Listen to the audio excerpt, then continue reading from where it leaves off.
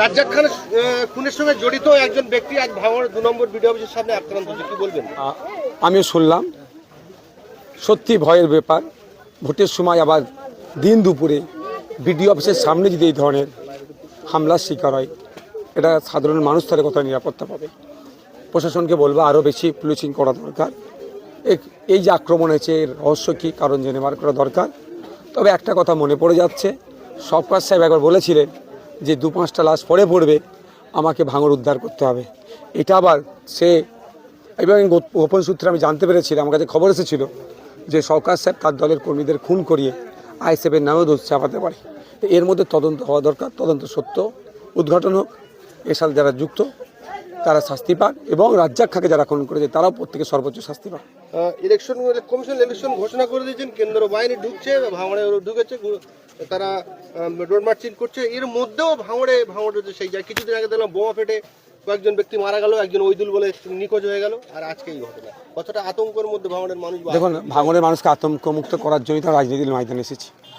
2021-এ অর্ধেক ধাক্কা দিয়েছে ভাঙড়ের মানুষ, 2024-এ তাদের কাছে গোল্ডেন চান্স ভাঙড়কে চিরকালের জন্য বোমগুলি পিস্তল মুক্ত করা এবং রাজ্যের মানুষকে বার্তা দেওয়া যে ভাঙড় করে নোটেরিয়াস ক্রিমিনালকে গ্রহণ করবে না। তো এই নির্বাচনে আমাদের দাঁতে দাঁত চেপে লড়াই করতে হবে, নোটেরিয়াস ক্রিমিনালকে ভাঙড় থেকে মুক্ত করতে হবে। একের পর এক ভাঙড়ে আক্রান্ত হচ্ছে, একের পর এক মৃত্যু হচ্ছে, কি বলবেন ভাঙড়বাসীর? দেখুন, আমি ভাঙড়বাসীর উদ্দেশ্য সব বারবার একটা কথা, যে শান্তির সাথে থাকবেন। আজকেও আমি বক্তব্য দিতে দেখি কী বললাম, যদি দেখেন যে আইএসএফের ছেলেরা কোনো একটা ঝামেলা করতে চাইছে, থানাকে খবর দিয়ে দেবেন। কেন? আমি ঝামেলার পক্ষে নয়। পঞ্চায়েত নির্বাচনে আমি মমতা ব্যানার্জির কাছে ছুটে গিয়েছিলাম, খেয়াল আছে কি বলেছিলাম? উনি সময় দেননি, যদি আমার প্রার্থী মনোনয়ন প্রত্যাহার করে নিতে হয়, ভাঙড়ে যদি শান্তি ফিরে আমি রাজি আছি। কিছুদিন আগে দেখলাম যে আরাবুল ইসলাম ক্যানিং পূর্বের বিধায়ক, যিনি প্রার্থী আপনারা ঘোষণা করেছেন, তাকে সেই জায়গায় প্রচারে যাচ্ছে, মাইকিং করে দোকানগুলোকে বন্ধ করে দেওয়া হচ্ছে, মানুষকে বলছে রাস্তায় উঠবে। এর থেকে বোঝা যাচ্ছে শাসক কতটা ভয় পেয়েছে। আজকে আরাবুল সাহেব যেখানে প্রোগ্রামে গিয়েছে, এলাকায় গিয়ে হুমকি দিয়েছে, চুমকি দিয়েছে, বার হবে না, দোকান বন্ধ করবে। কিন্তু ভোটের দিনে তারা এই ভোটটা কোথায় যাবে বুঝতে পেরেছেন? এই বাহারুল ইসলামকে যখন ক্যানিং পূর্বর মানে এমএলএ হিসেবে ঘোষণা করছে, প্রার্থী হিসেবে, তখন দেখলাম বেশ কিছু মানুষ আন্দোলন করছিল।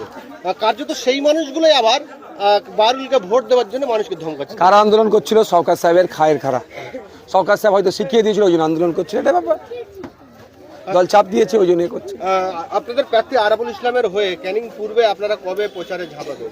এখন নমিনেশন পার্টটা শেষ হোক না, তারপরে তো হবে, হাওয়া উঠবে। এখন আরাবুল সাহেব হাওয়া তুলে দিয়েছে। জনসভা করবেন? কেন করবো না? কোন জায়গায় করে সেটা তো আপনাকে বলবো, আমাদের পার্টি ইন্টারল্যান্ড। আপনার দাদা আব্বাস সিদ্দিকী কে কে আসে দেখতে পাবেন।